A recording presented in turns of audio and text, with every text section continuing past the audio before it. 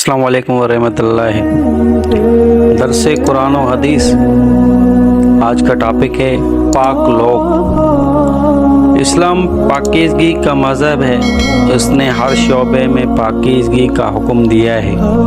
عقائد و اعمال کے علاوہ ذریعہ معاش کے بھی پاک ہونے پر بڑا زور دیا ہے۔ قرآن کریم میں متعدد مقامات پر اللہ سبحانہ و تعالیٰ نے خانہ پاک ہونے کا ذکر فرمایا ہے۔ سورۃ البقرہ کی آیت 162 میں ہے، اے ایمان والو، ان پاکیزہ چیزوں میں سے کھاؤ جو ہم نے تمہیں دی ہیں، اور اللہ سبحانہ و تعالیٰ کا شکر ادا کرو اگر تم اس کی عبادت کرتے ہو۔ سورۃ المومنون کی آیت 51 میں ہے، اے رسولو، پاکیزہ چیزوں میں سے کھاؤ اور نیک عمل کرو، بے شک میں جانتا ہوں جو کچھ تم کرتے ہو۔ اسی طرح جب اللہ سبحانہ و تعالیٰ نے اپنی راہ میں خرچ کرنے کا حکم دیا تو وہاں بھی یہ قید لگا دی کہ مال پاک ہونا چاہیے۔ سورہ بقرہ کی آیت 628 میں ہے، اے ایمان والو، خرچ کرو ان پاکیزہ چیزوں میں سے جو تم کماؤ اور اس میں سے جو ہم نے تمہارے لیے زمین سے نکالا ہے۔ حدیث میں بھی پاکیزہ روزی کی ترغیب دی گئی ہے، اور یہ بھی بتا دیا گیا ہے کہ جس شخص کا ذریعہ معاشر حرام اور ناجائز ہوگا اس کی دعا قبول نہیں ہوگی۔ حضرت ابو ہریرہ رضی اللہ تعالیٰ عنہ سے روایت ہے کہ رسول پاک صلی اللہ علیہ وآلہ وسلم نے فرمایا، اے لوگو، بے شک اللہ سبحانہ و تعالیٰ پاک ہے اور وہ صرف پاک ہی قبول کرتا ہے۔ اللہ سبحانہ و تعالیٰ نے سارے ایمان والوں کو بھی وہی حکم دیا ہے جو اس نے اپنے انبیاء کو دیا ہے۔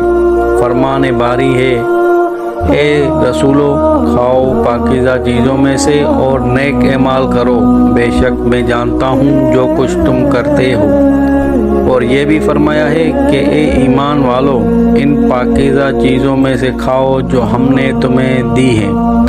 اس کے بعد آپ نے ایک ایسے شخص کا ذکر کیا جو طویل سفر طے کر کے آتا ہے، پراگندہ بال ہے، آسمان کی طرف ہاتھ اٹھا اٹھا کر کہتا ہے، یا رب یا رب، لیکن اس کا کھانا حرام ہے، پینا حرام ہے، لباس حرام ہے، اس کے جسم کو حرام سے غذا دی گئی ہے، اس کی دعا کہاں قبول ہوگی؟ امام ابن قیم رحمۃ اللہ علیہ فرماتے ہیں کہ اللہ سبحانہ و تعالیٰ مخلوقات میں سے اپنے لیے صرف پاکیزہ ہی کو پسند فرماتا ہے، کیونکہ اللہ سبحانہ و تعالیٰ خود پاک ہے، اس لیے وہ صرف پاک ہی سے محبت کرتا ہے۔ خواہ کوئی عمل ہو یا کلام یا صدقہ، وہ صرف پاک ہی کو قبول کرتا ہے۔ یہی انسانوں کا حال ہے، جو پاک اور سعادت مند ہوتا ہے وہ صرف پاک چیزیں پر راضی ہو جاتا ہے، اسی سے اس کو سکون و اطمینان حاصل ہوتا ہے، اس کی زبان سے ایسا پاکیزہ کلام صادر ہوتا ہے جو بارگاہ الہی میں شرف باریابی پاتا ہے۔ ایسے شخص کو فحش گفتگو، جھوٹ، غیبت، چغلی، بہتان اور ہر خبیث کلام سے شدید نفرت ہوتی ہے۔ وہ صرف ایسے اعمال کی طرف مائل ہوتا ہے جنہیں شریعت، عقل اور فطرت اچھا قرار دیتے ہیں۔ مثال کے طور پر وہ ایک اللہ کی عبادت کرتا ہے، اس کے ساتھ کسی کو شریک نہیں ٹھہراتا، اس کی رضا کو اپنی خواہش پر ترجیح دیتا ہے، اس کی رضا حاصل کرنے کے لیے اپنی پوری طاقت لگا دیتا ہے، اس کی مخلوق کی ساتھ اچھا سلوک کرتا ہے، انہیں تکلیف نہیں دیتا، ان کی عزت و آبرو سے نہیں کھیلتا، ان کی اچھائیوں کو پھیلاتا ہے اور ان کی برائیوں اور کمزوریوں کو چھپاتا ہے۔ اس کے اخلاق بھی اعلیٰ اور پاکیزہ ہوتے ہیں، مثلاً حلم و وقار، صبر و شکر، صدق و وفا، تواضع اور رحم دلی، رحمت و سکونیت، غفت و طہارت، جو دو سخا، شجاعت اور استغنا اور محبت اور مروت اور خرونوش کے لیے حلال اور پاک چیزوں کا پسند کرتا ہے۔ وہ دوستی بھی ایسوں سے لگاتا ہے جو صاف ستھرے ہوتے ہیں، وہ رشتہ بھی وہی کرتا ہے جہاں کردار و عمل کی پاکیزگی ہوتی ہے۔ گویا وہ ہر اعتبار سے پاک ہوتا ہے، اس کی روح بھی پاک، بدن بھی پاک، اخلاق بھی پاک، عمل بھی پاک، کلام بھی پاک، کھانا بھی پاک، پینا بھی پاک، لباس بھی پاک، کلام بھی پاک، دوستی بھی پاک، آنا جانا بھی پاک، ٹھہرنا اور لوٹنا بھی پاک۔ یہ سعادت مند شخص ان لوگوں میں سے ہے جن کے بارے میں فرمان باری تعالیٰ ہے، وہ لوگ جن کی جان فرشتے اس حال میں نکال لیتے ہیں کہ وہ پاک ہوتے ہیں، وہ ان سے کہتے ہیں تم پر سلامتی ہو، تم جنت میں داخل ہو جاؤ ان اعمال کے بدلے جو تم کیا کرتے تھے۔ طیب اور پاک کی ہے ضد خبیث ہے، جیسے طیب شخص ہر شعبے میں، ہر چیز میں، ہر اعتبار سے پاکیزگی پسند ہوتا ہے، اسی طرح خبیث شخص کا ہمہ جہت اور ہمہ وقت میلاں خبشات کی طرف ہوتا ہے۔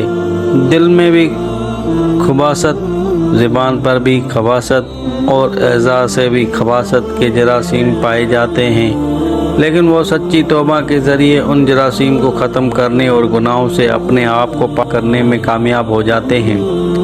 جب وہ اللہ سبحانہ و تعالیٰ کے حضور پیش ہوتے ہیں تو ان پر خباثت اور نجاست کا کوئی اثر نہیں ہوتا۔